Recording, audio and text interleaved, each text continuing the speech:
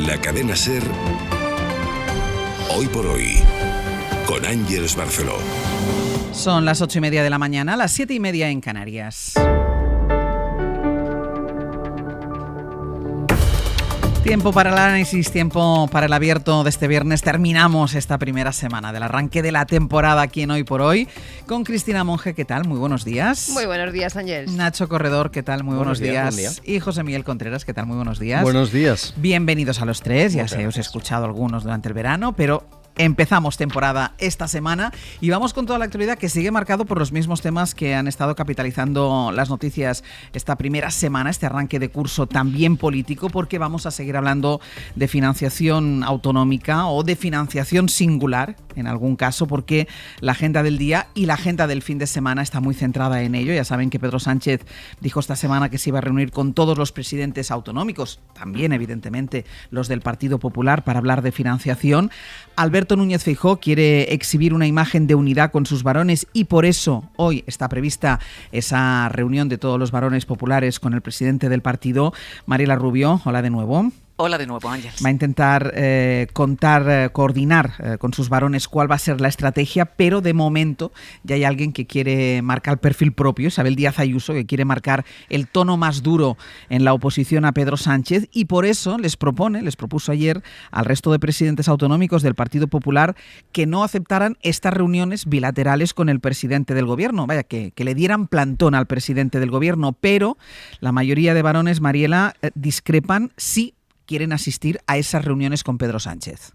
Así es, aunque la petición de que Sánchez cite conjuntamente a los varones y no de uno en uno la hacía el lunes la calle Génova, Ayuso ayer daba un paso más allá en la línea más dura, pidiendo, como dices, al resto de varones del PP que directamente no acudan a reunirse con Sánchez si antes no se convoca una conferencia de presidentes para hablar de financiación. Y mientras no haya una conferencia de presidentes, los presidentes autonómicos no podemos sentarnos ante esta política mezquina a negociar nada. Yo le pido a los presidentes autonómicos que si hay una reunión, sea para ir todos juntos, porque este gobierno va a intentar sobornarnos uno a uno en la Moncloa. Una advertencia, la de Ayuso, que llega en el peor momento para Feijóo, en el momento justo en el que buscaba una exhibición de unidad en su reunión de hoy, y la va a tener a medias, porque ya hay varios presidentes autonómicos que se han desmarcado abiertamente de la presidenta madrileña.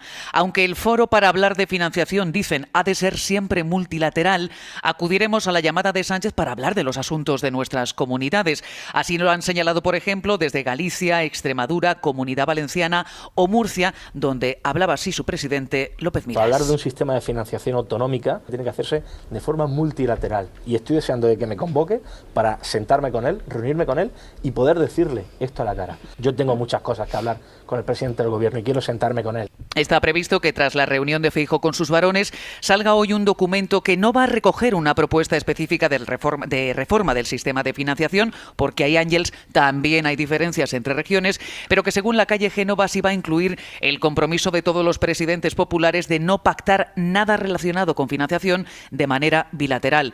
No obstante, la dirección del partido toma distancia de Ayuso y dice dar libertad a sus varones para acudir además a la Moncloa cuando Sánchez los cite. La reunión de hoy va a ser a las 11, va a ser a puerta cerrada, pero luego comparecerán Feijóo y el resto de presidentes del PP. Mariela, gracias. A vosotros. Reunión en el Partido Popular, varones socialistas con Alberto Núñez Feijóo, que quiere fijar esa postura común ante el tema de la financiación autonómica, esa discrepancia de Isabel Díaz Ayuso, que ya ha sido contestada por algún varón. Escuchábamos ahora al presidente de Murcia. Intenta, Cristina, el Partido Popular, esa postura común en materia de financiación, pero cuidado con no negociar la financiación con el gobierno, porque a lo mejor tu comunidad sale perdiendo. Claro, sí. Efectivamente, lo que se ha evidenciado estos días es que el Partido Popular no tiene una posición común, y eso yo creo que han empezado a intentarlo, ¿no? Pero no es fácil encontrar un modelo que satisfaga todas las necesidades y que aúne esas voluntades dentro de los varones del Partido Popular. Es muy curiosa la reacción de Ayuso estos días. Yo creo que tiene miedo a que les pueda convencer. Porque cuando uno está muy seguro de sus posiciones, claro, no tiene miedo a hablar con nadie, por mucho que represente una posición absolutamente contraria. Tú estás seguro de tu posición, pues los demás te pueden decir lo que quieras, ¿no? Sin embargo, cuando tú no estás tan seguro, o tienes dudas, entonces es cuando llegan los temores o los titubeos a la hora de sentarte a hablar con alguien, porque efectivamente sabes que te pueden convencer. Y creo que eso le está pasando una mala jugada a Ayuso, ¿no? En cualquier caso, aquí se está dando una paradoja muy propia de lo que esto llamamos los estados complejos o la gobernanza multinivel, es decir, el hecho de que el Partido Socialista está gobernando en España, porque luego hay muchas comunidades autónomas gobernadas por el Partido Popular. Eso en muchas ocasiones es un problema para el Partido Socialista, porque quiere poner en marcha medidas políticas que luego las comunidades autónomas no se llevan a efecto. Sin embargo, en este momento puede ser una ventaja. Y es que efectivamente, a nivel de Estado, de política de Estado, el Partido Popular hace una oposición frontal a muchas cosas, y a esto de la financiación autonómica, de momento también, pero luego los presidentes o presidentas de comunidades autónomas del Partido Popular tienen que sentarse con el gobierno a negociar una financiación. Y si el gobierno es hábil y sabe proponerles fórmulas que sean compatibles unas con otras y que satisfagan las necesidades, y bueno, por cierto, que luego al final sumen todas, ¿no? Porque luego hay que hacer el puzzle, efectivamente tiene ahí una buena baza que jugar. Por lo tanto, esa complejidad política que tenemos a veces los estados complejos y descentralizados, que a veces, muchas veces, supone un esfuerzo extra por parte del gobierno, en este caso central, ¿no? Para gobernar, ahora mismo puede ser una baza a su favor. Claro, es que se agarra, José Miguel, el Partido Popular a que tiene que ser una negociación multilateral, que tiene que ser en la conferencia de presidentes. Pero es verdad, y voy a asumir esa palabra singular que tanto de aclarar cuando se habla de Cataluña, pero es verdad que cada comunidad autónoma tiene su singularidad. Bueno, eso es una evidencia, es así. Pues por supuesto que cada una tiene unas características y de hecho vamos a intentar, como siempre, que resulta muy difícil diferenciar hechos de opiniones. Un hecho absolutamente indiscutible es que hoy en día el modelo autonómico no tiene consenso en España. Hay muchas comunidades, prácticamente todas, que están en contra, algunos con datos objetivos de que realmente tienen un trato injusto respecto a otras y, por tanto, está pendiente la búsqueda de una solución que da la impresión de que nunca jamás será entre 17 comunidades a gusto de todos. Para eso, evidentemente, siempre hay un problema, y yo creo que lo planteaba muy bien Cristina, que es decir, cuánto hay para repartir y qué habilidad puede tener el gobierno para hacerlo. Y este es el punto en el que estamos. Este fin de semana se van a producir 2 reuniones en las que tanto el Partido Popular como el Partido Socialista van a intentar exhibir unidad, que ahora mismo es lo que se disputa casi este fin de semana. El Partido Popular parecía que tenía una ventaja, y es que tenía unidad en 2 cosas. Una, en que no tiene propuesta. Es así, nadie tiene en el Partido Popular una propuesta clara que defender, y luego tenía unidad absoluta en la oposición. Y ahora resulta que tampoco hay unidad en la oposición, puesto que la aparición, como siempre, fulgurante y llamativa de Isabel Díaz Ayuso ha roto completamente el esquema que podía salir de fijar una posición contraria, aunque no constructiva. En el caso del Partido Socialista tendrá que hacerlo. La gran pregunta que se planteaba: ¿cómo se puede resolver esto? Yo creo que se olvida un factor muy importante que yo creo que es lo que le da tranquilidad al gobierno, y por eso vemos a un Pedro Sánchez seguro que se permite salir a decir en mitad de esta situación, aquí todo el mundo va a salir mucho mejor. Y es que vivimos un tiempo, casualmente, lo cual es extrañísimo en la historia para los que somos más veteranos, en el que hay dinero. Los fondos europeos, si tienen precisamente una de sus capacidades, uno de sus aportes mayores, es el reparto autonómico, el intentar compensar aquellos territorios que se encuentren en una situación más desajustada. Por tanto, no estamos hablando de que la misma tarta histórica hay que repartirla y que ahora, con motivo de los acuerdos con Esquerra Republicana, parece que a Cataluña se le va a dar un tratamiento singular que en el fondo implica posiblemente que tenga más dinero. Esto llevaría a pensar a todo el mundo, si la tarta es la misma, evidentemente yo voy a restar, a menos, claro. Pero olvidamos que hay mucho más dinero, haya o no presupuestos, hay mucho más dinero, y efectivamente el problema por una vez va a ser repartir mayores cantidades. Por eso vemos a un Pedro Sánchez tranquilo diciendo que nadie se preocupe, que yo garantizo, prometo y aseguro, más o menos era la frase que venía a emplear, que todo el mundo va a salir mejor de lo que está. Claro, ante esa situación, quien plantea una oposición radical porque a mí me va a perjudicar y te dicen, pues venga usted que le va a beneficiar, dice, pues no voy. Claro, es incoherente desde el punto de vista práctico, desde el punto de vista político, forma parte del discurso habitual. Y ahí entra ese elemento que decía Cristina, que no quieren que vaya porque si acaso les convence, porque como hay dinero, porque hay más recursos, lo anunció el presidente del gobierno, por si acaso les convence. Nacho. Bueno, yo estoy impresionado con el elevado nivel de sofisticación, compromiso, respeto, solidez y densidad intelectual que hay detrás de las dos afirmaciones de Isabel Díaz Ayuso que señalan que el gobierno va a tratar de sobornarnos y que debe sacar las sucias manos del gobierno de la recaudación de los madrileños y los españoles. ¿Esto qué es? Esto no es un debate sobre financiación autonómica, esto probablemente tiene más que ver con marcar internamente la línea de mando, esto tiene que ver con muy poco con el desarrollo de políticas públicas.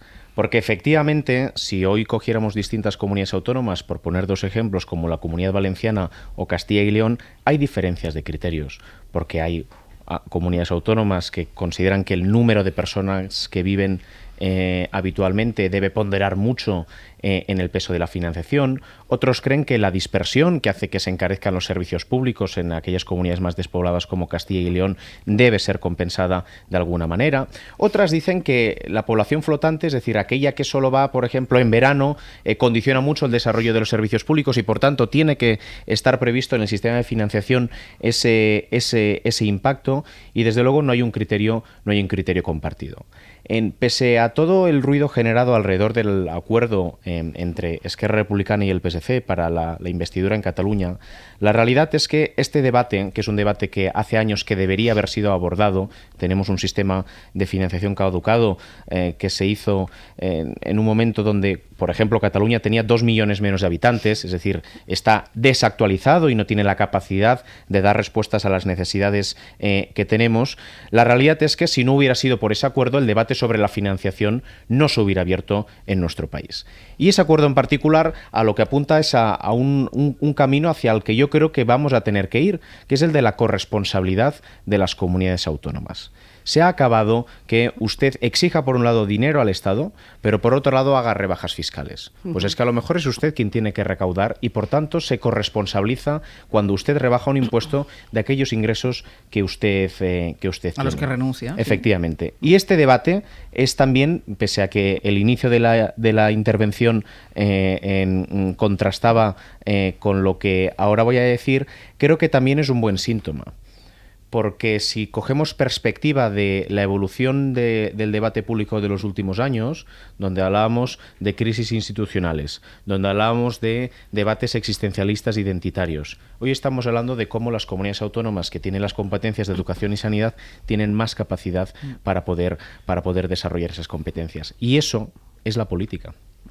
Esos son los debates de fondo que yo creo que tenemos que hay que abordar ahora, ¿no? Efectivamente, la corresponsabilidad fiscal, que acaba de explicar muy bien Nacho, eso es fundamental, y los famosos criterios de financiación. Y es que en esta mesa lo hemos dicho muchas veces, nos fuimos de vacaciones insistiendo en que este país tiene 17 singularidades, una por comunidad autónoma. Entonces, ¿cómo se articulan esos criterios?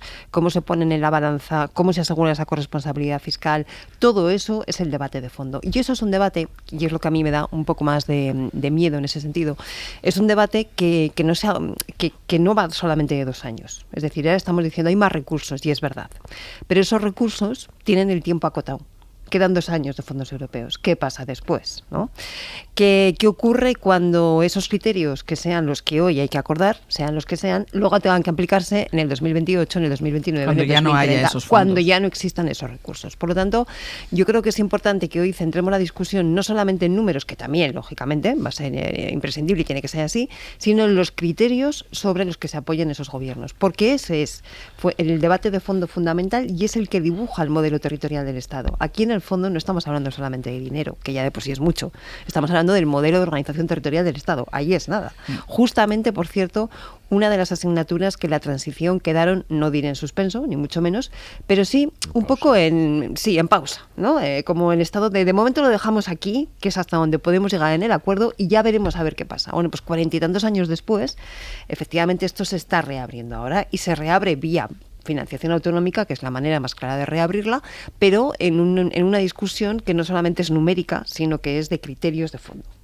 Bueno, yo creo que es muy interesante este punto porque efectivamente lo que planteamos es si estamos en una situación coyuntural o estamos en una situación en la que se busca una solución estructural.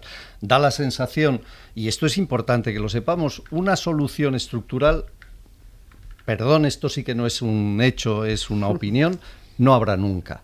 Creo que es imposible que eso exista. Lo que sí se pueden es establecer criterios, efectivamente, que se expliquen, que se razonen, y luego, efectivamente, habrá unas elecciones en que la gente dirá, pues me parece bien, me parece mal, y esto forma parte de la política. Hay una situación coyuntural en la que ahora mismo, efectivamente, puede que haya dinero, con lo cual toda esta gran polémica que ahora vivimos a corto plazo realmente da la sensación de que puede que no tenga graves consecuencias políticas inmediatas, pero también entendamos que esta polémica es coyuntural porque viene condicionada sencillamente por el gobierno de Salvador Illa en Cataluña, por el acuerdo con Esquerra Republicana y porque el Partido Popular y la oposición se ha quedado sin discurso desde el momento en que España no se ha roto y porque se ha visto que efectivamente ya no hablamos de referéndum, ya no hablamos de independencia, ya no hablamos de que España se rompe y por tanto ¿de qué hablamos? De que ahora estamos discutiendo de dinero. Al final esta es la reflexión general que yo creo que todos los ciudadanos deberíamos hacer. ¿Qué preferimos? ¿Estar hablando de que va a haber un Estado secesionista, que hay una población y un conflicto civil en Cataluña, que el resto del Estado español está en una situación de tensión constante, o que estemos hablando de medidas económicas, de reparto de recursos en una situación en la que por suerte hay, digamos que una situación económica más acomodada y que tenemos la oportunidad efectivamente de plantear un debate a largo plazo intentando fijar modelo? No se va a hacer ahora porque estamos en plena discusión política y es verdad que al final el hecho de que Salvador Illa sea presidente, se haya consolidado lo que parecía imposible, un acuerdo con el independentismo para tener un presidente no independentista y un cambio completo de la situación de Cataluña, desvía el debate hacia el único sitio donde momentáneamente puede extenderse. Yo tengo la sensación de que esta es una polémica que seguramente dentro de un año no existirá, seguramente casi ni nos acordaremos, aunque sí existirá el problema, porque efectivamente es un problema estructural de cualquier Estado. Para solucionar el problema estructural y que tú dices que después sean los electores los que miren, esta es la propuesta que hace uno, habría que conocer cuál es la propuesta del Partido Popular. Eso suele ayudar, aunque no siempre resuelve, siempre resuelve las elecciones porque no siempre, pero sería una idea. Sí, es un pequeño detalle, es un pequeño detalle. Un poco estrafalaria la idea, pero bueno, tomémosla como posible. Vamos a hacer una pausa y a la vuelta vamos con el Partido Socialista, porque este fin de semana también se tiene que aclarar la postura del Partido Socialista, porque hay críticas dentro del propio Partido Socialista por el acuerdo entre el PSC y Esquerra Republicana de Cataluña, y esta vez no son solo los que habitualmente critican decisiones de Pedro Sánchez, sino que se suman otras federaciones.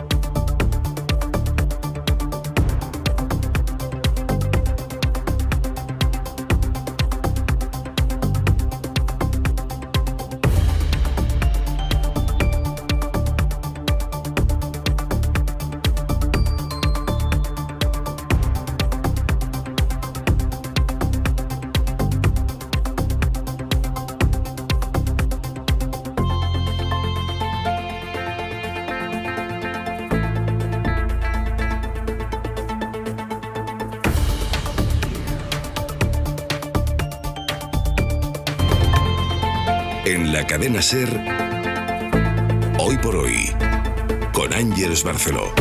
8:51 minutos de la mañana, 7:51 en Canarias. En el abierto, Cristina Monge, Nacho Corredor y José Miguel Contreras. Decíamos que si el Partido Popular va a reunir hoy a sus varones, el día del Partido Socialista, el día del PSOE, será mañana, porque hay comité federal del partido y esa es la oportunidad que van a aprovechar los varones críticos con el pacto entre el PSC y Esquerra en Cataluña, puedan decirlo en voz alta, puedan decirlo en ese foro, en el foro del Comité Federal. Ana Fernández Vila, hola de nuevo.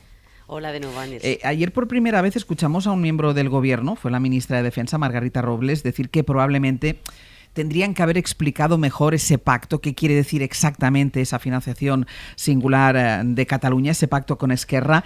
¿Es consciente el presidente del Gobierno y secretario general del partido que hay debate interno en su partido que no se ha solucionado porque todavía hay mucho recelo entre muchos varones? Sí, en Ferraz cuentan con que se dé mañana ese debate porque de hecho fue la propia dirección la que el pasado lunes emplazó a los críticos con el acuerdo con Esquerra a plantear sus dudas en el Comité Federal de mañana. Así que allí estarán los más críticos, los líderes de Castilla-La Mancha y Aragón, García Paje y Lambán, que esta vez no se van a ausentar como se han hecho otras veces, y también estarán otros líderes autonómicos que han hecho públicos sus recelos y sobre todo habían reclamado que se abriera este debate. Es el caso del extremeño Miguel Ángel Gallardo, que ayer avanzó que va a alzar la voz para defender a su región. Es lo que le enseñaron a hacer Ibarra y Fernández Vara, dijo ayer, cuando algo que se propone puede ser injusto. Esto es textual. Las federaciones de Asturias, Castilla y León o Andalucía también llegan a la cita de mañana con muchos recelos, aunque algunos se agarran a esa pedagogía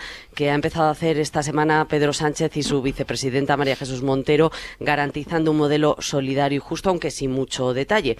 Esto decía ayer Juan Espadas, por ejemplo, en La Ventana de Andalucía. Porque vamos a seguir, y lo estamos haciendo, defendiendo un modelo de financiación autonómica justo, solidario y en donde se garantice la igualdad en los servicios públicos en todo el territorio.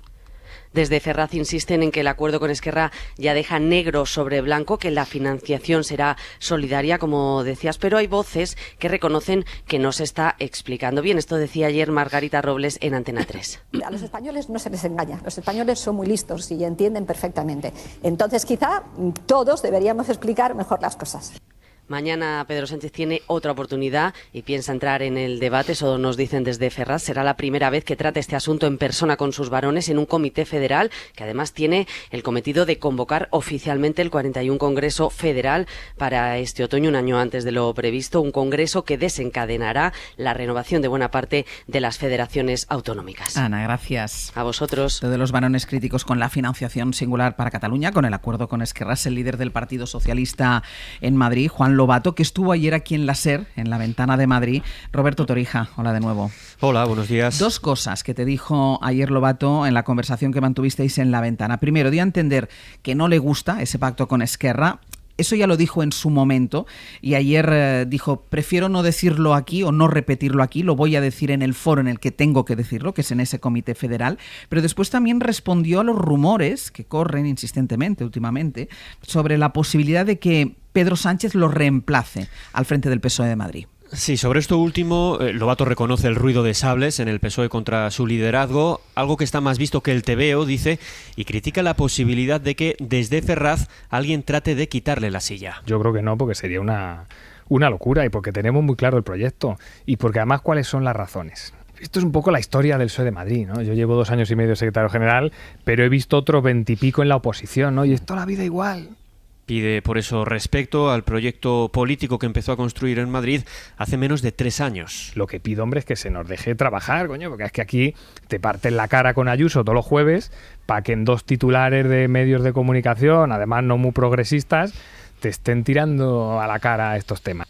Lobato acudirá en este contexto al Comité Federal de mañana, dispuesto también a plantear su postura sobre el acuerdo con Esquerra Republicana, un acuerdo que, según dice, tiene consecuencias políticas e incluso consecuencias ideológicas para el resto de España.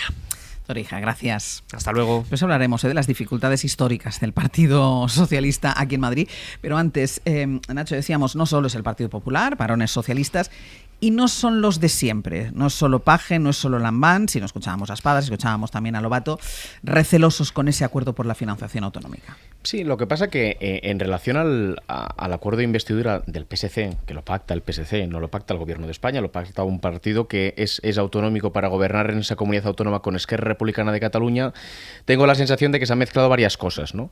Por un lado, que el texto era suficientemente abierto, ambiguo, para que cada uno lo pudiera explicar como quisiera, porque en gran medida lo que se estaba buscando era que durante 72 horas Esquerra Republicana de Cataluña pudiera tener un pretexto para poder apoyar al Partido Socialista de Cataluña. Porque aquí en el resto de España se está criticando al Partido Socialista por traidor, pero es que en Cataluña Esquerra Republicana la están acusando justamente de traidora, lo que pasa que a los valores diametralmente opuestos, a la otra patria, a la patria catalana. Con lo cual Esquerra Republicana necesitaba reinterpretar a su gusto ese pacto para desarrollar la línea política que quieren desarrollar. Y luego creo también que hay gente que ha opinado sobre el pacto que directamente no se lo ha leído. Porque a mí una de las cosas que más me ha sorprendido, que no hayan sido destacadas en ningún momento, es que un pacto firmado por Esquerra Republicana de Cataluña, que en el año 2017 promovía la Declaración Unilateral de Independencia, señala con toda rotundidad que la legitimidad constitucional es imprescindible en toda democracia y en cualquier Estado de Derecho. ¿Por qué no se ha hablado de esto y se ha hablado del otro? Hombre, porque lo otro genera pretextos justamente para autorreivindicarse a cada una de las partes. Yo creo, y en esto coincido al 100% con la vicepresidenta del Gobierno, con María Jesús Montero, que para opinar del pacto, uno, hay que leerlo, y dos, probablemente el pacto está suficientemente escrito de forma suficientemente abierta como para que se puedan hacer distintas interpretaciones. ¿Cuál es la realidad? Pues la realidad es que como la ley de financiación autonómica depende del Congreso de los Diputados, va a haber que poner de acuerdo a mucha gente. Esa es la realidad. Y entonces, si eso en el camino sirve para que distintos líderes políticos reivindiquen qué bien representan a sus ciudadanos, pues a mí me puede parecer muy bien, sin perder de vista que la crisis institucional de los últimos 10 años ha sido consecuencia de echarse los platos a la cara entre distintas comunidades autónomas. Y que si lo que queremos es preservar un proyecto constitucional donde la mayoría de los ciudadanos de España y también, por tanto, de Cataluña quieran formar parte de nuestro país, lo que no tiene sentido es generar una dialéctica que nos lleve al punto de partida. Voy a hacer una pausa, a la vuelta lo retomamos con el resto de analistas de la mesa. Íñigo Sastre, bueno.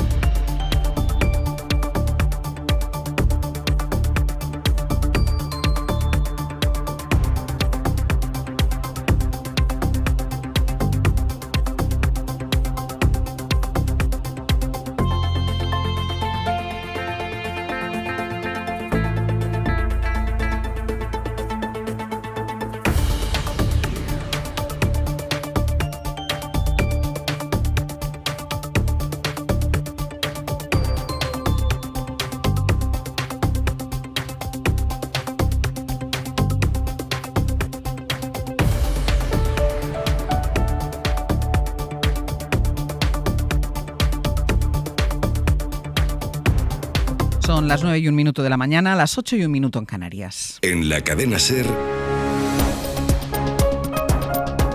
Hoy por Hoy, con Ángeles Barceló. Este verano ha sido el más caluroso de la historia en todo el mundo, según los datos del sistema de satélites europeos Copernicus. José Luis Astre. De agosto pasado a este mes de agosto, en este año, se ha registrado la temperatura media más alta en el planeta desde que hay registros, Javier Gregori. Y Europa, el continente europeo, ha sido el más afectado, según el nuevo informe que acaba de presentar Copernicus, que es el sistema europeo de satélites de vigilancia espacial más importante del mundo. Ha costado más de 7.000 millones de euros. En concreto, en Europa ha sido el verano también más caluroso de la historia desde junio a agosto. A nivel mundial, la temperatura media ha subido 1,68 grados, es decir, que ya superamos lo que establecía el Acuerdo de París para todo este siglo y estamos solo en el año 24 de este siglo. Hay datos muy negativos también, por ejemplo, el mundo ya lleva 12 meses consecutivos con récords de calor nunca registrados en la Tierra, al menos desde que hay registros históricos durante más de 200 años y algunos informes incluso hablan de que no ha hecho tanto calor en la Tierra desde hace 2000 años. En Vitoria, un hombre ha sido arrestado esta madrugada después de haber intentado matar a su mujer, que está gravemente herida. ¿Iker Arbentia? Ha ocurrido sobre las 4 de la madrugada en una vivienda de Vitoria. Un hombre de 84 años ha intentado matar a su mujer con un cuchillo. La policía ha acudido al domicilio donde se ha producido la agresión y ha encontrado a la mujer tendida en el suelo con varias heridas de arma blanca. Ha sido trasladada al hospital de Txagorritxu. El agresor ha sido detenido por la Ertzaintza, acusado de un delito de intento de homicidio. Está detenido en la comisaría de Vitoria antes de pasar a disposición judicial. El empresario y fundador de Telegram asegura que va a hacer cambios en esa red social después de que Francia lo detuviera hace días por complicidad en varios delitos, Bayo. La Fiscalía francesa le imputa una docena de cargos por amparar supuestamente actividades delictivas dentro de su aplicación Telegram, una plataforma donde, según Pavel Durov, prevalecen la privacidad y la libertad de expresión. Aún así, el millonario franco-ruso niega que Telegram sea hoy un paraíso de anarquía y promete próximamente cambios para hacer la red más segura. Durov asegura en un comunicado que el aumento rápido de usuarios de la red en los últimos meses había favorecido que algunas redes criminales se hayan podido aprovechar de la plataforma, pero que establecer un equilibrio adecuado entre privacidad y seguridad nunca es fácil. Y de los deportes, la selección española, que mostró anoche que su nivel todavía no es el que la llevó a ganar la Eurocopa, Sampe. No, un empate a 0 en Serbia en la primera jornada de la Liga de Naciones, un nivel que mejorará el domingo contra Suiza, como dijo Luis de la Fuente, y en el que no podría no estar Oyarzábal, que se produjo un esguince de tobillo en los últimos minutos. Ganaba Dinamarca 2-0 a Suiza en nuestro grupo, marcaba el gol 900 de su carrera Cristiano Ronaldo en el Portugal 2, Croacia 1, y lograba San Marino la primera victoria de su historia en partido oficial, 1-0 a Liechtenstein en el larguero el defensa Dante Rossi. Se sufrió, pero realmente valió la pena. Muy contentos, era algo que esperábamos de hace tiempo, es un orgullo representar al país. Soy argentino sanmarinense, así que amo a los dos países. Hoy se juegan el Francia-Italia de la Liga de Naciones y el Brasil-Ecuador de las eliminatorias de clasificación en Sudamérica para el Mundial 2026, que nos dejaba anoche una Argentina 3, Chile 0.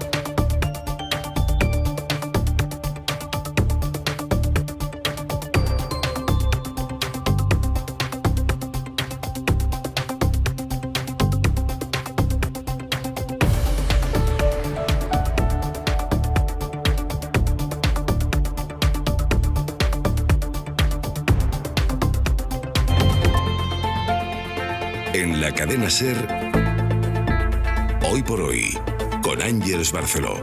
9:08 de la mañana, 8:08 en Canarias. En el abierto, Cristina Monge, Nacho Corredor y José Miguel Contreras. Estábamos hablando también del Comité Federal que se va a celebrar este fin de semana del Partido Socialista, con voces discrepantes también dentro del Partido Socialista entre sus varones por el acuerdo firmado en Cataluña con el tema de la financiación, voces que van más allá de las habituales. Escuchábamos hace un ratito también a Juan Lobato, el presidente, el secretario general del Partido Socialista aquí en Madrid, y Cristina decía una cosa, Nacho, decía, el texto del acuerdo entre el PSC y Esquerra es lo suficientemente ambiguo como que para cada uno venda lo que quiera. Pero claro, aquí el problema está en que es muy claro en la venta Esquerra Republicana de Cataluña y no es tan claro en la venta el gobierno, el Partido Socialista. Yo cada vez sospecho más de cuando alguien dice que hemos hecho las cosas muy bien pero las hemos comunicado muy mal, ¿no? Los problemas de comunicación suelen ser problemas de estrategia política. Y digo problemas entre comillas, porque creo que aquí hay una estrategia política buscada. En efecto, yo invito a todo el mundo que no lo haya hecho todavía a leer el acuerdo, que es breve, se lee rápido y muy fácil, porque se ve muy claro lo que Nacho decía. Es un acuerdo lo suficientemente ambiguo, con las palabras lo suficientemente medidas como para que cada cual lo pueda vender a los suyos sin incordiar demasiado a los contrarios. Un poquito, pero no demasiado. Por lo tanto, es el típico acuerdo en el que se ha hecho un ejercicio de innovación en el lenguaje, digamos, ¿no? Y de equilibrios en el lenguaje para que esto pueda ser así. ¿Qué concreta? Yo diría que nada. Es decir, a mí mañana me dicen que esto se convierte finalmente en un cupo y creo que con arreglo al texto me lo puedo creer. A mí me dicen que esto no tiene nada que ver en un cupo y que sin embargo tiene un nuevo sistema de financiación que consiste en no sé qué criterios, y con arreglo al texto también me lo puedo creer.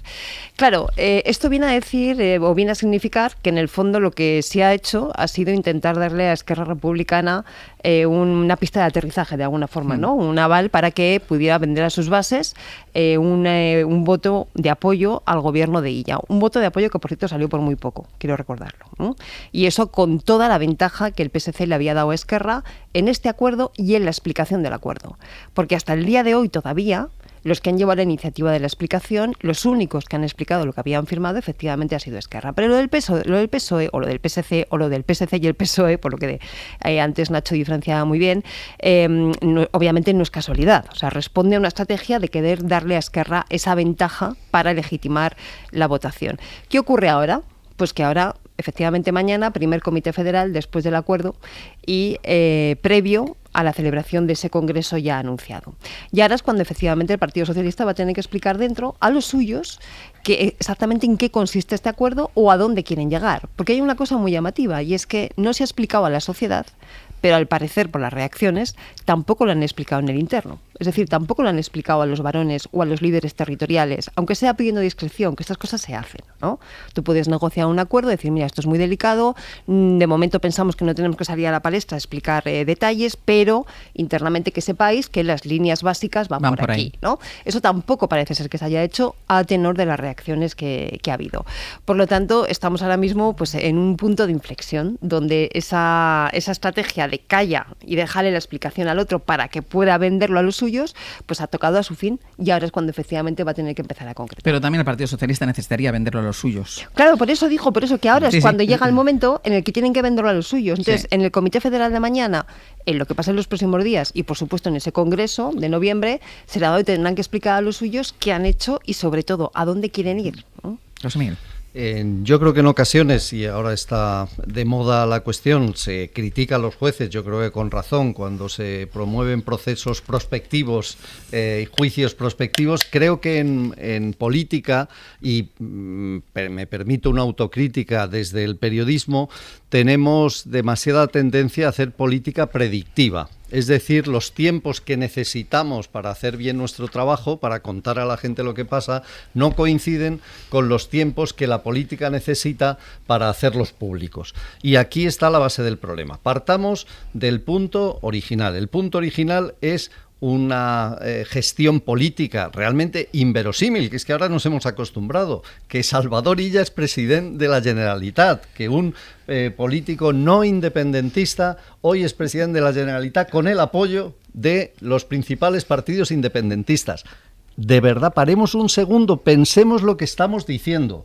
que venimos de donde venimos, como antes recordaba Nacho. Para hacer esto ha habido que hacer un acuerdo que necesitaba efectivamente, como yo creo que explica Cristina, ser explicado a la militancia de Esquerra Republicana, que lo aprobó por muy poquito y que además necesita ahora ponerse en práctica y ser explicado a todo el Partido Socialista en su conjunto. Para hacer esto, la cuestión, si lo piensas malignamente, decir, hubo una trampa y no se quiso de ninguna manera explicitar exactamente en qué consiste un acuerdo. Yo, que normalmente creo en la gente y tiendo a pensar bien de casi todo, también creo que posiblemente no podían explicitar con detalle el acuerdo. ¿Por qué? Pues porque si el acuerdo hubiera sido muchísimo más concreto, seguramente no era viable. El acuerdo ahora tendrá que discutirse con todo el Partido Socialista, como va a empezar a ocurrir, y en caso de que suponga significativos cambios estructurales, tiene que ir al Parlamento, tiene que ser avalado por los grupos políticos y que el pueblo español en ese momento, cuando llegue el tiempo que lamentablemente hay que esperar, dirá si le parece bien o le parece mal. El gobierno de Pedro Sánchez, Esquerra Republicana, Salvador Illa no pueden imponer un cambio que ahora mismo parece evidente, nadie sabe exactamente cómo se va a hacer. Lo único que se ha acordado es algo evidente, que Cataluña va a tener una nueva estructura en sus relaciones financieras con el Estado a la hora de repartir y la fiscalidad y de organizarla. Ya está, y que con el resto de las comunidades autónomas hay que abordar una reforma. Esto lleva, y termino con esto, a lo que planteabas de principio, que es ¿qué ocurre ahora dentro del Partido Socialista? Pues dentro del Partido Socialista, divisiones, pues es que serán lógicas. ¿Por qué? No olvidemos de dónde venimos, del 28 de mayo, donde unas elecciones dieron un resultado que para el Partido Socialista no fueron muy buenos en términos autonómicos. Ahora mismo es mucho más fácil hacer política local, es decir, esto está inventado en todas partes, defender a tu familia en tu casa, que hacer una política del vecindario o que hacer una política de tu ciudad o de tu país o del mundo. Aquí hay un choque evidente entre los intereses particulares electorales que tiene que vender cada uno a su autonomía o a su ciudad, y luego una responsabilidad nacional como Estado y como país, que es: nos interesa la estabilidad política, nos interesa que no vuelva a resurgir el conflicto catalán. De ahí tiene que haber un equilibrio difícil, que seguro que quedará unos más contentos y otros, pero no nos preocupemos, que esto acaba en un Parlamento democrático y al final se decidirá mayoritariamente si está bien o está mal. Y mientras tanto hacemos polémicas predictivas, que de eso vivimos, por tanto tampoco quiero pasarme en criticarlas. Nacho. Al hilo de la intervención tanto racional como optimista de José Miguel, ¿no? La Constitución española, que es uno de los mejores artefactos políticos de nuestra historia, justamente lo fue y fue posible como consecuencia de su ambigüedad en muchos aspectos. Si hubiera sido más explícita en otros aspectos, no hubiera tenido los amplios consensos que tuvo. Y eso es lo que hace que algunos crean que eso es un punto de llegada y otros que crean que es un punto de partida. La realidad es que el acuerdo entre Esquerra Republicana y el PSC afirma que la legitimidad constitucional es fundamental en un Estado de Derecho, lo cual forma parte, por cierto, de los grandes logros de los que también habla Miguel, para coger perspectiva de dónde estamos. Porque la noticia política relevante, estructural, determinante, que va a tener consecuencias en nuestra estabilidad constitucional de los próximos años, más relevante, más favorable al orden constitucional que ha habido y más importante, en definitiva, para España, es la investidura de Salvador Illa. Eso es fáctico, eso es descriptivo, eso no es prospectivo, eso es una realidad.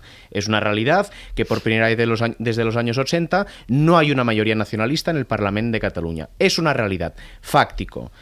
Y no hay que olvidar que en medio de toda la crisis institucional más grave de nuestra Constitución, con todo lo que tiene que ver con el procés, se exigía al nacionalismo, digo, oigan, hablen ustedes de financiación.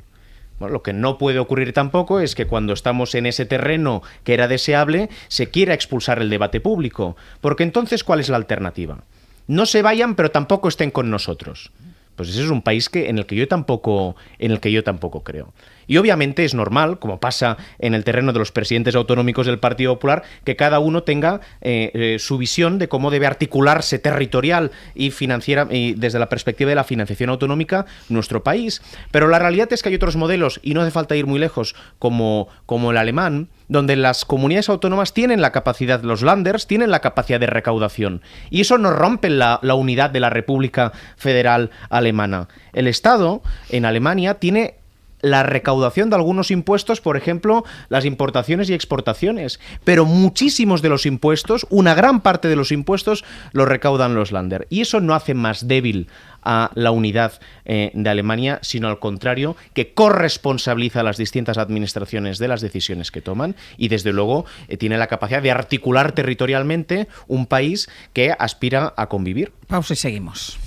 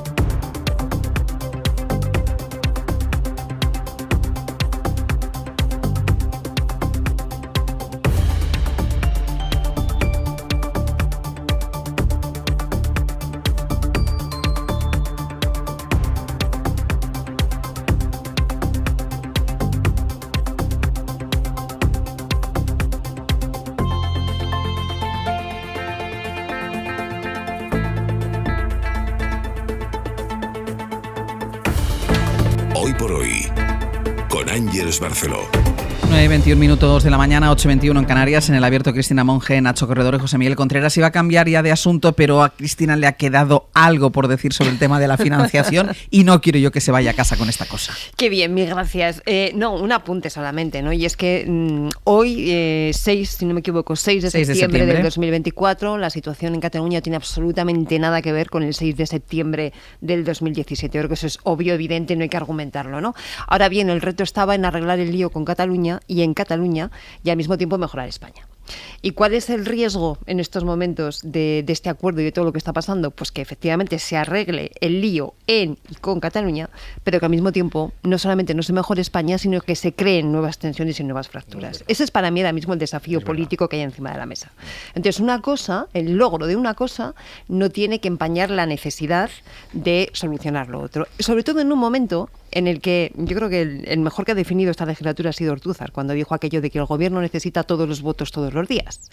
Porque efectivamente, si en estos momentos resulta que empieza a concretarse de una forma o de otra, en un sentido o en otro, ese acuerdo, y de repente Esquerra Republicana resulta que se siente traicionada, o tiene tensiones internas que le impiden avanzar en esa línea, ¿qué ocurre con su apoyo en el Congreso de los Diputados? ¿Qué va a ocurrir con la posición de Junts? Lo vamos a ver estas próximas semanas, estos próximos días, con el techo de gasto nuevamente, igual que lo vimos en julio. Por lo tanto, yo no sé qué van a hacer. No sé si van a mantener una posición u otra, y entiendo que las negociaciones estarán ahora mismo al máximo. Pero que tenemos que ser conscientes que la complejidad era no solamente llegar a un acuerdo en Cataluña y con Cataluña, sino que es que ese acuerdo además sirva para mejorar al conjunto de la situación en España. Entonces, yo creo que se ha hecho muy bien lo primero, ahora falta ver qué pasa con lo segundo.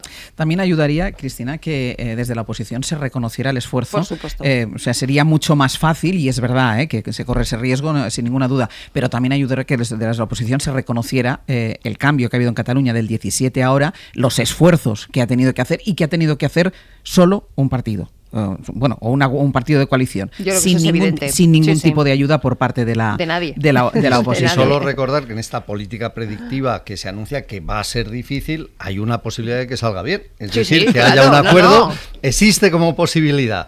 Hay problemas, pero hay posibilidad de que se apruebe. Yo no prejuzgo que vaya a salir mal, simplemente pongo la dificultad encima de la mesa, decir, ojo con esto. Totalmente. Mucha expectación había ayer por el primer discurso de la nueva presidenta del Consejo General del Poder Judicial y del Tribunal Supremo. 40 años después, una mujer está al frente de la cúpula judicial. Un discurso breve, pero que no pasó desapercibido. Pedro Jiménez, buenos días.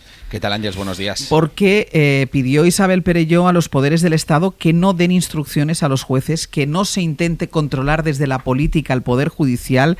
Y además, el fiscal general del Estado leyó en ese mismo acto la memoria anual de la Fiscalía. Sí, fue un discurso breve porque Isabel Perelló tuvo apenas 24 horas para prepararlo, ni siquiera llegó a eso. Nos contaban que acabó a las 4 de la mañana de perfilar ese discurso que escribió de puño y letra. Decíamos a las 8 que presenta Nueva Vida Nueva, que empezamos de cero, pero el Poder Judicial mantiene el discurso. Isabel Perelló hizo una encendida defensa de la independencia y de la separación de poderes. Ningún poder del Estado puede dar indicaciones, instrucciones a los jueces y magistrados sobre cómo han de interpretar y aplicar el ordenamiento jurídico. De aquí la importancia de salvaguardar la independencia judicial frente a posibles injerencias externas. Su discurso, Ángeles, gustó, pero gustó más a la derecha judicial y política que a la izquierda. Más de uno nos decía en los famosos corrillos que echaba en falta que Perelló hubiera hecho también un llamamiento a la responsabilidad y a la imparcialidad de los jueces. Un poco de autocrítica, vaya. Y termino con la memoria de la Fiscalía, que es habitual conocerla también en el acto de apertura de tribunales. Alerta, Ángeles, del incremento de los delitos de odio, pero sobre todo del peligro juventud-redes sociales. La Fiscalía denuncia la voracidad legislativa del mundo analógico para proteger a los menores, pero dice que hay escasa regulación en el mundo digital donde se comparten datos personales y la intimidad de los propios chavales. Pedro, gracias. A vosotros un abrazo. Como era un día grande ayer en la apertura solemne del año judicial, primero porque después de más de 5 años hubo el desbloqueo para la renovación y después de 5 votaciones hubo desbloqueo para la presidencia del Poder Judicial, y después porque después de décadas una mujer finalmente se pone al frente de la cúpula de los jueces. Mandamos a la inauguración a merodear por ahí a Ángeles Caballero. Ángeles, ¿qué tal? Muy buenos días. Buenos días, qué alegría estar aquí. Cómo me gusta que pronuncies el verbo merodear, porque se me da un poquito bien. Claro, yo cuando veo ahí que no está muy claro, digo, vete a dar una vuelta a ver qué pasa. ¿Qué pasó en esa vuelta? Sí, si lo piensas es un privilegio que te paguen por merodear, por pasearte, este tipo de cosas. Pero mira, a raíz de un día histórico como el de ayer, lo hemos pronunciado tantas veces y precisamente le daba un poco vueltas mientras paseaba, ¿no? En qué es lo que significa un hecho histórico y en hacer historia, ¿no? Porque como recordabais, ayer tuvo lugar uno de ellos, y es que una mujer, Isabel Perelló, presida por primera vez el Consejo General del Poder Judicial de un país en el que, como recuerdo, cuando nació las mujeres no podíamos acceder a la carrera judicial. Y yo lo pensaba mientras paseaba por la madrileña plaza de la Villa de París, donde, como su propio nombre indica, tiene ciertos aires de la capital francesa, y a eso de las 10 de la mañana ocurría algo que a lo mejor también puede parecer histórico y sin embargo no lo es, que es que hay un Madrid, como hay un Badajoz, un Valencia, un Vejer de la Frontera, que a esas horas, las 10, 10 y media de la mañana, no tiene prisa alguna pasea a su perro por el parque o lleva al niño con el cubo y la pala a jugar con la arena. Que a mí eso me reconforta y me reposa en esta vida acelerada que llevamos. Y mientras esa gente permanecía ajena a los periodistas, a la cantidad de policías que había merodeando y vigilando también por allí, a tantos coches oficiales, esta mujer que está al frente del órgano de los jueces e inauguraba el año judicial en presencia del rey Felipe II, a mí me generaba también cierta inconsistencia o cierta incoherencia en lo que le daba vueltas a esto de ser histórico, porque denominar a algo un hecho histórico y lo importante que es que una de nosotras, en este caso ella, rompa este techo de cristal o de hormigón, también me produce cierto miedo, cierto vértigo. En la distancia tan pequeña que hay entre esto, reconocer a las que estuvieron antes, ahora las que vendrán, y convertir a una mujer, a Isabel Perelló, en una especie de nota discordante, en un animal exótico, en un mundo de togas con sus respectivos dueños.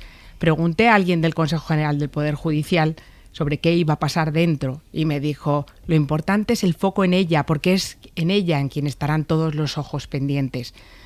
Porque es una mujer inesperada, porque nadie contaba con ella, me dijeron, y porque ha tenido menos tiempo que el resto para preparar su discurso. Y pensé, caray, otra vez estando todos pendientes de ella, de una mujer, en a ver qué dice, porque solo tuvo tiempo para escribir 4 folios, 4, que los dijo en 15 minutos. Y por cierto, que he visto por ahí, vaya sandalias con los dedos al aire, impropias de su cargo. Leía anoche mismo en redes sociales. Y pensé en todo lo que dijo y en quizá el poco caso que le hemos hecho a algunos de los párrafos de esos 4 folios, y lo habéis recordado también vosotros, en la cantidad de causas pendientes que hay en general, pero sobre todo después de más de 5 años de parón, en lo fundamental que resulta para cualquier democracia la separación de poderes. Lo dijo ella también, la importancia de la crítica, en lo impropio del insulto, que pienso que es válido tanto para su trabajo como para el de cualquiera, en la propia e imperiosa necesidad de formación de los jueces y las juezas de este país en el que cuando nació, recuerdo, las mujeres no podían acceder a carrera judicial, en un CGPJ donde apenas hay togas con dueñas, aunque nos quedemos con el hecho histórico una vez más, y en los dedos de sus pies al aire, que es otro asunto pendiente. Y yo no hablaría en negativo de la brevedad del discurso, porque creo que los discursos breves se agradecen. Se agradece muchísimo. Yo creo que los discursos largos están sobrevalorados. No, y además es mucho más difícil hacer un discurso breve que hacer un discurso de largas y más. Yo no pondría, a mí me parece bien los discursos de 15 minutos y de menos incluso. Perfecto. Lo importante es lo que dijo en el discurso, lo importante es el papel que pueda jugar Isabel Perelló al frente del Consejo General del Poder Judicial, y lo importante, entiendo, José Miguel, que sea un reseteo del Poder Judicial y también de la relación entre el Poder Judicial y el Poder Político. Bueno, 2 comentarios. Uno sobre el discurso. Como siempre, está luego sometido al filtrado de los diferentes medios. Hoy he leído, por ejemplo, algunos medios importantes titular que la nueva presidenta del Tribunal Supremo advertía al gobierno de que no se iba a admitir ninguna intromisión y que le pedía que de ninguna manera volviera a opinar. Como hemos oído, no ha dicho eso. Ha dicho que lo pide, y creo que lleva toda la razón en pedirlo, y es perfectamente justo que lo pida, que ningún poder del Estado, recordemos que hay un poder ejecutivo y hay un poder legislativo, que es donde están todos los partidos políticos. Por lo tanto, está pidiendo algo que es de justicia, lo cual es un término muy adecuado cuando estamos hablando del Poder Judicial, según el cual se le deje trabajar independientemente al Poder Judicial.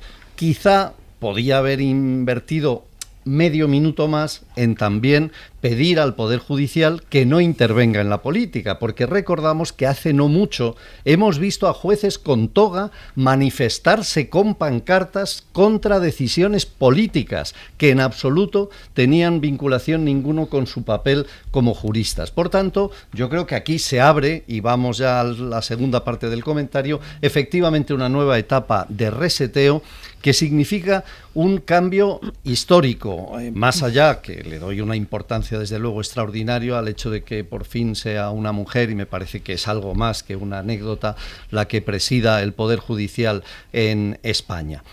Normalmente el ruido, la polémica, nos hace seguramente perder perspectiva de lo que se está viviendo, y seguramente para una merodeadora, ¿no?, para alguien que se dedica a hacer paseos provechosos. Bueno, hay toda una tradición del el tema. Julian Barnes en Metrolandia hablaba de los paseos callejeros estos y tiene toda la tradición de los flaners franceses dedicados a sacar provecho a pasear, que es de lo que vive de lo que vive Ángeles Caballero. Sin ánimo de crítica ninguna, ¿no? Eso iba a mirar la tele. Envidio su trabajo. Qué lista es Ángeles Caballero, que ha conseguido vivir de pasear. Perdón que me he metido yo mismo en un lío que arruino la escaleta. Volviendo un poco al tema, estamos en un periodo de reseteo en el que me parece que es políticamente de una importancia extraordinaria, y me voy al ámbito de la política, porque evidentemente el Poder Judicial es independiente, pero se nos olvida recordar siempre una cosa: todos los poderes del Estado emanan del pueblo. Los jueces son independientes para aplicar las leyes que aprueban los políticos, si no tiene que haber un conflicto, tiene que haber separación de poderes. Los políticos tienen que hacer las leyes y los jueces aplicarlas. Que no se nos olvide esto. Y aquí sí que se ha producido un cambio importantísimo en los últimos meses que refleja lo que no reflejaba el Estado español en, yo creo, que un defecto gravísimo y preocupante que iba contra la Constitución, y es que el Poder Judicial no emanaba del pueblo. El Poder Judicial en España emanaba única y exclusivamente del control político de la derecha en España y de los políticos conservadores que, bloqueando instituciones, han tenido alterada la voluntad mayoritaria del pueblo español, que apostó por políticas progresistas, no solo en los partidos, a todos los niveles, tanto en el Tribunal Constitucional como en el Consejo General del Poder Judicial, como en el Tribunal Supremo, y de repente en estos meses creo que sencillamente se cumple la Constitución, se cumple la democracia, se cumple que la voluntad mayoritaria de los ciudadanos está representada en el poder político y ahora está representada también en el Poder Judicial. En el último libro de Ziblatt y Levensky, estos famosos politólogos que publicaron Cómo mueren las democracias, ¿no? Y se hicieron muy famosos por ese libro, pues en el último que sacaron hace unos meses justamente hablan de esto, que explica José Miguel Contreras, ¿no? De cómo ese tipo de órganos, este tipo de instituciones que tienen que tener no solamente el reflejo del pueblo que emana de ahí, ¿no? El poder, sino también que tienen que responder a una serie de criterios democráticos, de repente, en el caso de Estados Unidos, hablan ellos, quedan secuestrados, en su caso, por el Partido Republicano, y acaban generando una posición absolutamente contraria a lo que las urnas han dicho, ¿no? Pero bueno, volviendo al tema del año judicial de ayer, ¿no? Lo que sí que coincide en todos los periódicos, José Miguel, es en una cosa, es en la foto, ¿no? En la foto de los 12, ¿no? Y de esos 12, solamente 2 son mujeres. 2 de 12. Con lo cual, enhorabuena Isabel Perelló por haber roto el techo de cristal. Es un antes y un después, pero anda que no queda recorrido, ¿eh? Porque 2 de 12. Entonces yo creo que tenemos que felicitarnos porque se haya roto ese techo, pero que el entusiasmo no nos haga olvidarnos de lo otro, ¿no? Efectivamente, el reseteo que la presidenta decía en su discurso, yo entiendo que ha querido hacer un ejercicio de intentar tejer complicidad con los suyos, ¿no? Pero tiene que ser un reseteo bidireccional, claro. Porque aquí efectivamente se había pervertido no solamente el funcionamiento diario, sino incluso llegar a dudar cada vez más de a qué respondían los jueces, o por lo menos, mejor dicho, el gobierno y la cúpula de los jueces. Y eso se está reflejando en las encuestas. Si vemos cómo la ciudadanía española percibe a la justicia, la está percibiendo, aunque los datos varían según encuesta, pero la está percibiendo cada vez como menos independiente.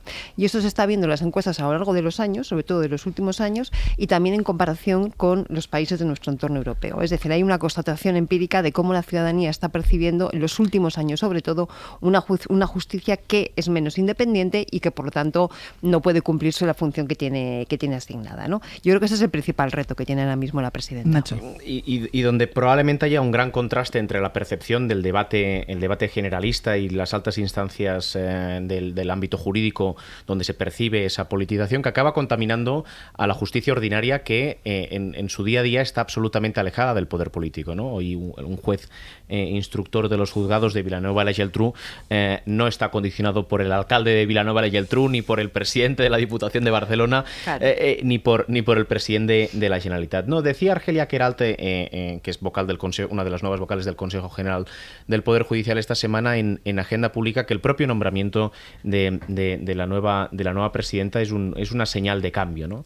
Y con una perspectiva que creo que es relevante, que ella destacaba, que es que el nuevo Consejo debe hacer esfuerzos singulares en no caer en el empantanamiento institucional que ha supuesto el bloqueo europeo del Consejo saliente. Y que hoy haya un acuerdo por unanimidad de la nueva presidenta creo que es un éxito, pero también marca un camino. Creo que la reivindicación de la igualdad en las instituciones es también una reivindicación por la democratización, y desde la lógica de los distintos sesgos que deben formar parte de la forma de interpretar la vida de las instituciones, la igualdad en el caso de la justicia también tiene asociado un componente generacional que de forma bastante automática regenera en sí mismo a las propias instituciones. Sobre todo si se ajustara también con el modelo de selección de los jueces, que eso es otro de los debates pendientes, sí, ojo, sí, porque es verdad que el elemento generacional ayuda a todo esto que está diciendo Nacho, pero habría que combinar el elemento generacional con un nuevo sistema, un nuevo sistema de selección de los jueces y juezas, porque si no el elemento de clase sigue siendo un factor que distorsiona. Ángeles, te voy a dejar merodear. El lunes te dejo merodear por las entradas a los colegios. ¿Te parece bien? De verdad, me siento... es que debería yo pagar por pasear en vez de que sea al revés, pero sí, ahí estaré paseando. Vale, pues aquí te esperamos el lunes. Muchas gracias, un beso.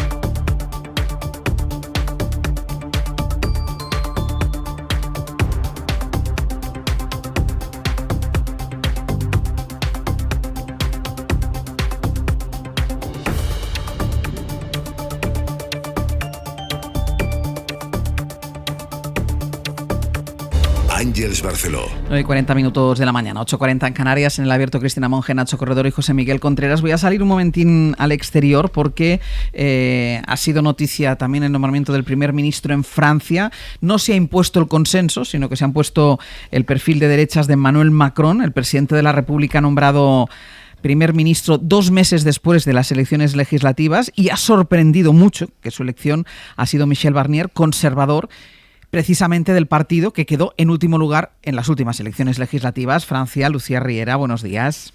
¿Qué tal? Buenos días. ¿Ha decidido Macron apoyarse en los votos de Marine Le Pen, de la ultraderecha, a pesar de haber pedido campaña tras campaña un cordón sanitario contra esta ultraderecha, y por tanto ha ignorado y ha dejado sin poder a la coalición de izquierdas, a ese Frente Popular de Izquierdas, que fue quien ganó las elecciones? Dice este Frente Popular que les han robado las elecciones y ahora todo depende de la ultraderecha, porque así lo ha querido Emmanuel Macron.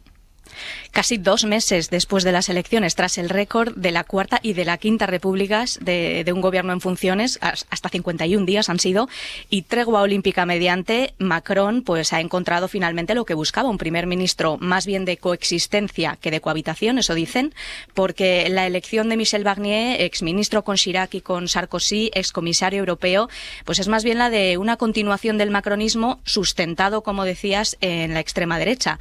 Y otra anomalía, esta más anecdótica, es que veíamos ayer en el relevo de poder en Matignon al jefe de gobierno francés más joven de la historia, Gabriel Attal, dando paso al más mayor de la historia. En Barnier, que tiene 73 años, Macron ha buscado experiencia y el consenso en una figura pues que no suponga un peligro para sus medidas, algunas muy contestadas en las calles, como la reforma de las pensiones aprobada por decreto. Un primer ministro de derechas del partido Los Republicanos, como nuestro Partido Popular, que no se esperaba después de la victoria del Frente Republicano para apartar a la extrema derecha del poder, para evitar que ganara de nuevo la ultraderecha, como había ocurrido en las elecciones europeas de junio, que llevaron a Macron a convocar estas legislativas anticipadas un mes después. Esa victoria del republicanismo que todos celebraron el 7 de julio, también Macron, ahora el presidente la ha pisoteado, devolviendo a los de Le Pen la llave de la estabilidad institucional, el arbitraje de su gobierno.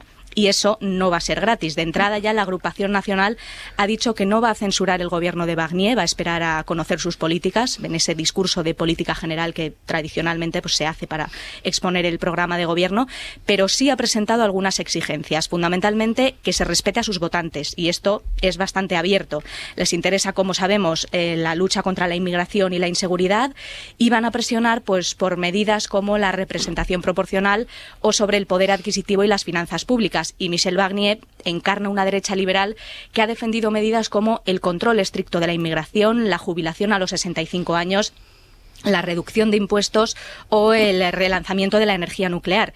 Esto, como ya decías, el nuevo Popular, que fue el bloque que sacó más escaños en las legislativas, lo ha tomado como un robo de las elecciones, como una traición de Macron, que desde el principio descartó nombrar a la candidata de esta coalición de izquierdas, a Lucie Casté, en nombre de la estabilidad institucional, porque aseguraba que sería censurada por el resto de fuerzas, y la coalición izquierdista acusa a Macron de despreciar a los votantes que masivamente se movilizaron el 7 de julio. Esta mañana estaban sus líderes en todas las teles y las radios manteniendo esta misma reacción. Los de Mélenchon, el ala más radical, han llamado a la manifestación mañana y exigen la destitución del presidente de la República. Y con todo este ambiente de crispación, ahora a Barnier le queda lo más difícil por delante. Primero, elegir a sus ministros para conformar un gobierno que debe ser de coalición con otros partidos de derecha y del macronismo si quiere conseguir su voto para aprobar textos.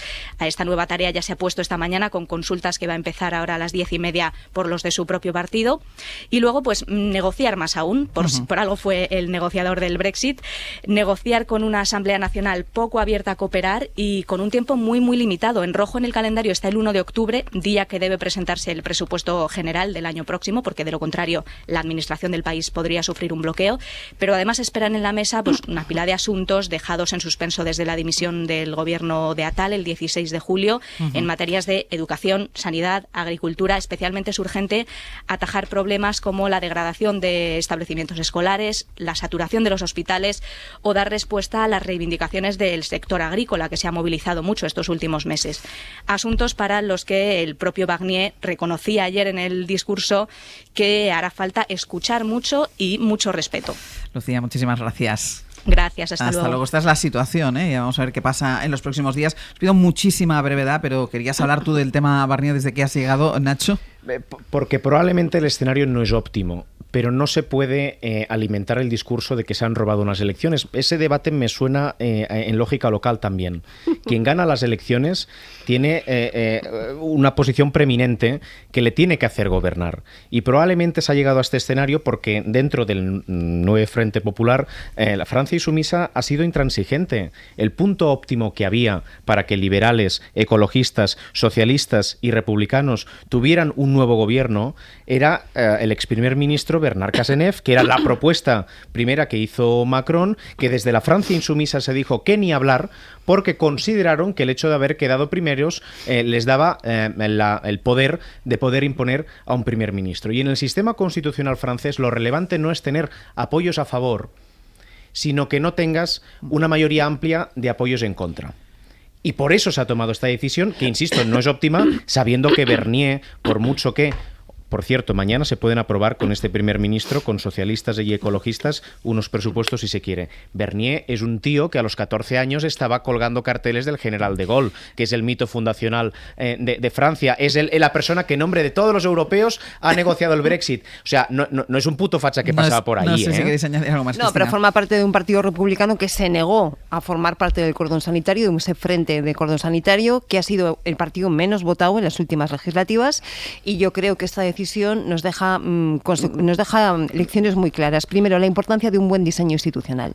Lo que Macron ha hecho es perfectamente legal de acuerdo a las normas francesas. Ahora bien, tiene mucho de perversión democrática que acabes dando el gobierno a un primer ministro cuando en las elecciones te ha dicho que la sociedad francesa en estos momentos ha girado a la izquierda. Pues con lo cual, la importancia... la importancia que le corresponde gobernar a él. No digo eso, digo la importancia de un buen diseño institucional. El sistema mayoritario francés a doble vuelta permite este tipo de cosas y el presidencialismo francés con sus características permite este tipo de cosas. Entonces, primera lección esa.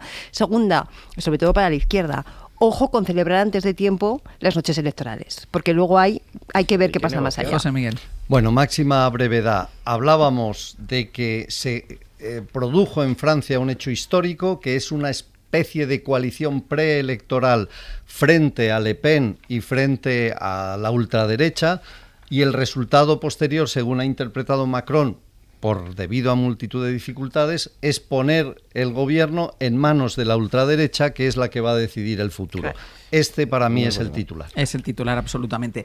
Os pedía brevedad porque vamos a estrenar hoy una sección y tengo que ver a ver cómo manejamos los tiempos. Los viernes va a cerrar el abierto Idafe Martín. Idafe, ¿qué tal? Muy buenos días. Hola, buenos días, Ángeles. Con Idafe vamos a hacer un repaso todos los viernes, un poco, pues a lo que cuentan los medios, a cómo lo cuentan los medios, y vamos a arrancar, más que con lo que cuentan y cómo lo cuentan, Idafe, si te parece, ya que arranca el curso político, arrancaba también con los datos de audiencia de los periódicos digitales, y te ha llamado la atención lo que arrojan estos datos. Sí, son espectaculares. España tiene 48 millones y medio de habitantes y hay periódicos con 50 millones de lectores. No es cuando tú pinchas cada vez que cuentas 3 veces y pinchas 3 veces. Tú, si pinchas 30 veces al mes, cuentas como una persona. Es decir, tienen 50 millones de lectores reales. El Español tiene 50 millones de lectores, el Debate tiene 17 millones de lectores. Es toda una cosa cosa sobrenatural. Me estás diciendo, Idafe, que cada vez que tú pinchas en su web porque te llama la atención un titular, a lo mejor cuentas como un lector. No, la OJD, que es la empresa que audita sus datos, en teoría están auditadísimos, la OJD cuenta usuarios únicos, ellos traducen por lector. Usuario único significa el individuo diferente, es decir, tú si entras 3 veces es siempre la misma persona, por lo tanto solo cuenta una vez. Sí. Un individuo diferente que visita un sitio web en un periodo determinado que suele ser un mes, en el caso de los diarios digitales. Es decir, si yo entro 30 veces, solo cuenta una vez, porque soy una única persona, un único individuo. Por lo tanto, hay 50 millones de individuos que entraron alguna vez en julio a leer El Español. Y entonces, según estos datos, las audiencias suben mucho de todos estos diarios digitales. Sí, es una cosa es espectacular. Debe haber 400 millones de españoles leyendo prensa. Por ejemplo, Guardian, el británico, que es el mayor, que presume, es dudoso, pero presume de tener 39 millones de lectores, pero puede ser porque tiene mucha audiencia en Estados Unidos. Es como un 30% más pequeño que el Español, el de Pedro J, o una cosa así. Y luego sí, todos esos datos está claro que, son como son, están un poco multiplicados por 100 probablemente, pero hay uno que me llamó mucho la atención, porque cuando todos suben y van por un montón de millones de lectores, los pobres del Objective se han hundido en un año y medio de 10 millones y medio a 2 millones con 7. ¿Ah? ¿Y eso? Y eso debe ser porque, no sé, no tengo explicación, porque si todos suben, es muy fácil hacerlo subir. Básicamente la auditora firma lo que le ponga. Pero bueno, no digamos eso. Si todos suben y ellos solo bajan cuando además están publicando muchas exclusivas y eso, pues es todo un misterio. ¿Y hay datos reales en algún sitio? Es decir, ¿podemos saber exactamente cuántos lectores tienen los medios en digital? Datos reales no creo que exista en ningún sitio, a no ser que los informáticos de los diarios permitan acceso, cosa que no permiten. Lo que sí hay es, el año pasado, el CIS, que hace cosas bien hechas, además de inflar al peso en las encuestas, hace cosas bien hechas. El CIS hizo una encuesta preguntando a la ciudadanía qué periódicos suelen usar habitualmente para informarse, qué periódico leen para informarse. Y era una respuesta libre, no te daban una lista, tú respondías el que querías o respondías 3 o 4 los que tú quisieras. Vale. El 44% dice que El País, el 28,7% que El Mundo, el 15,2% que ABC, el 13% La Vanguardia y el 10% el Diario.es. Si miras los seguidores que tienen en redes sociales, en Twitter, la publicidad que tienen sentido esos números. decir, puede ser un poco más, un poco menos. Tienen sentido. Significaría, por ejemplo, que el 10% de la población adulta española entra al menos una vez al mes a leer el diario.es. Puede ser mucho, pero tiene algo de sentido. Si ves esos números, el español en esa encuesta aparece en el 2,2%, es decir, 800.000 personas. El debate, que dice tener 17 millones de lectores, no aparece. Significa que menos del 0,1% de la población lo lee, porque aparecen todos los que tienen 0,1, es decir, que no llega a 40.000 personas, pero ellos presumen de 17 millones. Y una pregunta, Idafe, que no sé si tienes la respuesta. ¿Los anunciantes en qué datos se basan? Porque claro, yo ante un periódico que tiene 50 millones de lectores lo tendría claro. OJD presume, la empresa, si vas a su web, presume de que es la referencia para las empresas. Ellos ven los datos y dicen, oye, mira, pues Pedro J tiene 50 millones de lectores en el español. Yo imagino los codazos de las multinacionales de todo el planeta dándose codazos como locas para entrar ahí, para meter un banner chiquitito. Pero bueno, sí, el español tiene cierta publicidad, pero los 17 millones de lectores del debate, por ejemplo, apenas le dan publicidad. Es decir, vas a la web y está vacía. Es decir, apenas tiene.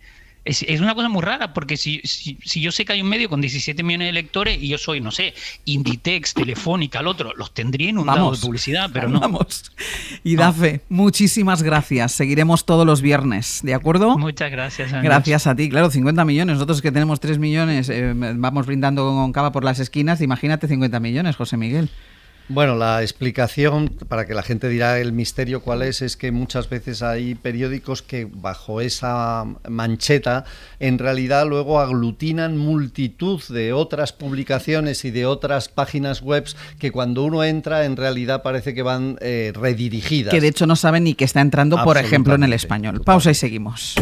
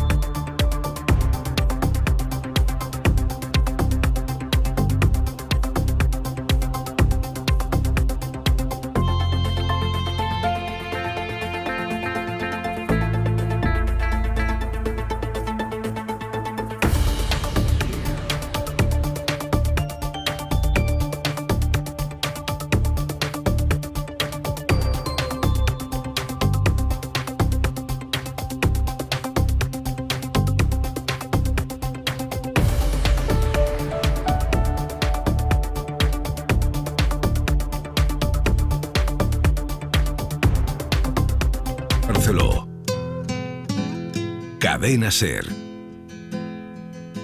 100 años de radio. Habrá un día en que todos al levantar Pepe Rubio, Severino Donate, buenos días. Muy buenos días. Iba a decir, ¿seréis capaces en 1 minuto y medio de contar lo que tenemos en menos? Porque tiene que sonar la canción. Seguro. Pues bueno, Biblioteca se inaugura nueva temporada de la Biblioteca de Martínez Asensio y viene Ignacio Martínez de Pisón a contarnos su vida, porque publica Ropa de casa, que son sus memorias en 6 barras. Y a los oyentes, como es la biblioteca abierta que pueden donar libros, ya les digo que llamen desde ya al 900 100 800 y nos digan ese libro que les encantó, que deben estar en nuestra biblioteca. 900, 100, 800, y la canción que está sonando tiene que ver con la lectura de este libro. Porque es de la banda sonora. Claro, por eso mismo, que la gente no se piense que nos hemos vuelto así. Nosotros vamos a terminar todos los días el abierto, que también podríamos. Y en historias musicales a partir de las 11, con Fernando Neira, conoceremos qué hay detrás de la mítica canción September. Marta, baja. Pepe. Do you remember? Bueno, también veremos. Sube, Marta. Veremos qué hay detrás de la letra y de los compositores de este tema. Y tendremos como invitado a otro de los miembros de Cánovas, Rodrigo, Adolfo y Guzmán, los de Señor Azul, Pepe. Señor Azul, que ciegas la razón. El caso es que el pasado junio vino Adolfo, hoy viene Guzmán para hablar de otro cuarteto mítico, Solera. Pues todo esto desde ahora y hasta las 12:20. Cristina Monge, Nacho Si Corredor. José Antonio Laborreta levantara la cabeza, no sé qué pensaría de este final. No, pero bueno, vamos a dejarlo ahí. Interrumpiéndole para que Pepe Rubio cante. No digo más. Casi nada. Hasta la semana que viene.